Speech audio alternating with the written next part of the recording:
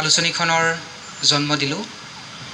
কোনোবা প্ৰেমিক কবিৰ কবিতা পঢ়িনে মোৰ মাৰ মুখৰ কথাবোৰ শুনি যন্ত্ৰণাৰ বাবে হৃদয়ত ঠাই অকণমান ওলাইছিল, মই বিন্দুমাত্ৰও নাজানো। ফুটপাতে কলেজলৈ অহা যোৱা কৰি থাকোঁতে দেখা, খাবলৈ নোপোৱা আৰু আধা খাই পেলাই দিয়া মানুহখিনিৰ কাৰ্যই মোৰ মন মগজুত যেতিয়া ক্ৰিয়া কৰিছিল, সেই ক্ৰিয়া কৰা কাৰ্যই আমাৰ আড্ডাৰ বিষয় আছিল। যোৰহাট কলেজৰ বকুলতলৰ আড্ডাত বহু যুক্তি তৰ্কৰ মাজেৰে আলোড়ন আলোচনীখনৰ জন্ম দিলোঁ। কিন্তু আমি প্ৰথম আলোচনী জন্ম দিয়াৰ কথা ভবাই নাছিলোঁ। যেতিয়া দ্বিতীয় ষান্মাসিকৰ মোৰ মহাবিদ্যালয়ৰ ছাত্ৰকেইজনে মোৰ ওচৰলৈ এটা প্ৰস্তাৱ লৈ আহিছিলে যে তেওঁলোকে এখন হাতে লিখা আলোচনী উলিয়াব আৰু মই সহায় কৰি দিব লাগে। যিহেতু মই সদায়ে ছাত্ৰ ছাত্ৰীসকলক মোৰ নিজৰ পুত্ৰসমক জ্ঞান কৰি আহিছোঁ আৰু সদায় পুত্ৰসমক জ্ঞান কৰাৰ উপৰিও তেওঁলোকক মই বন্ধুৰ দৰে ব্যৱহাৰ কৰি আহিছোঁ। সেইকাৰণে তেওঁলোকে মুকলিভাৱে তেওঁলোকে আচলতে কি বিচাৰিছে সেই কথাটো মোক জনাইছিল আৰু তেতিয়া মই তেওঁলোকক পৰামৰ্শ দিছিলোঁ যে কষ্ট কৰি হ'লেও আমি হাতে লিখাৰ পৰিৱৰ্তে এখন ছপাশালৰ পৰা এখন আলোচনী উলিয়াবলৈ চেষ্টা কৰিব লাগে।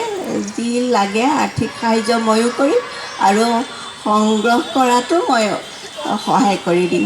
তাৰপিছত সেয়ে আৰম্ভণি। তাৰপিছত মোৰ ল'ৰাহঁতে তেওঁলোকৰ পৰিয়ালটো বঢ়ালে, বন্ধুসকল বাঢ়িল আৰু ইতিমধ্যে তৃতীয় সংখ্যা আলোড়ন ওলাল। আজি ওলাব তৃতীয় সংখ্যা। গতিকে তেওঁলোকে যেনেকৈ গৌৰৱবোধ কৰিছে আলোচনীখনৰ তৃতীয় সংখ্যাটো উলিয়াই, মই তাতকৈ বহুত বেছি গৰ্ববোধ কৰিছোঁ এইকাৰণেই যে তেওঁলোক মোৰ ছাত্ৰ, তেওঁলোক মোৰ পুত্ৰসম ছাত্ৰ।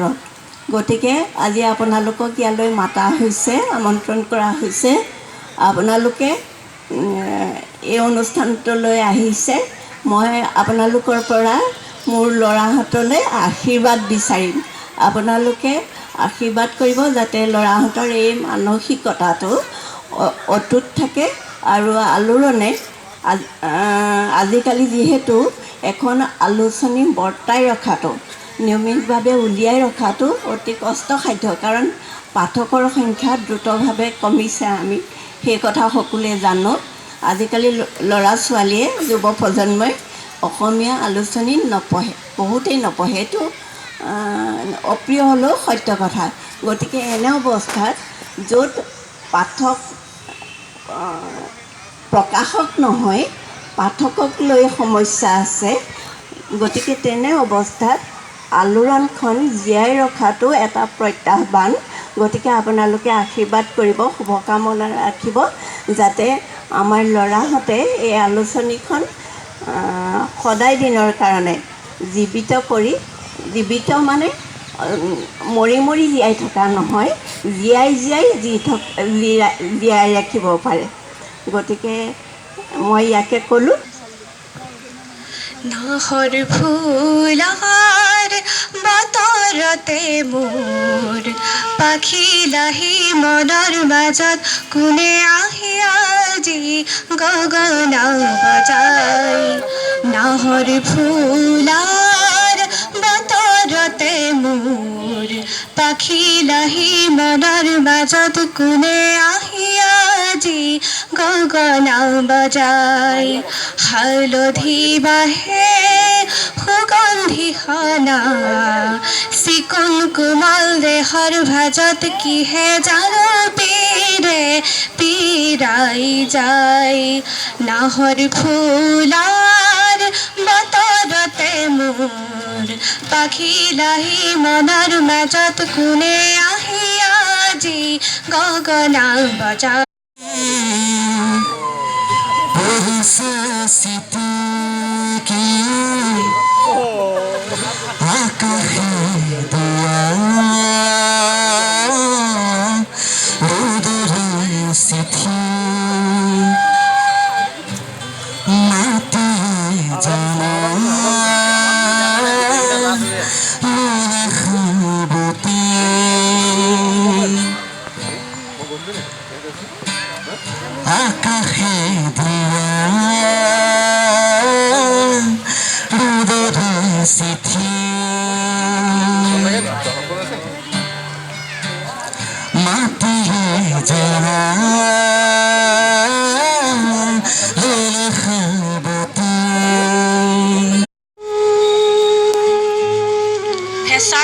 পোহৰত গভীৰ হোৱা ৰাতিবোৰত তোমাৰ দৰে ময়ো আৰম্ভ কৰিলোঁ আন্ধাৰবোৰ ভাল পাবলৈ।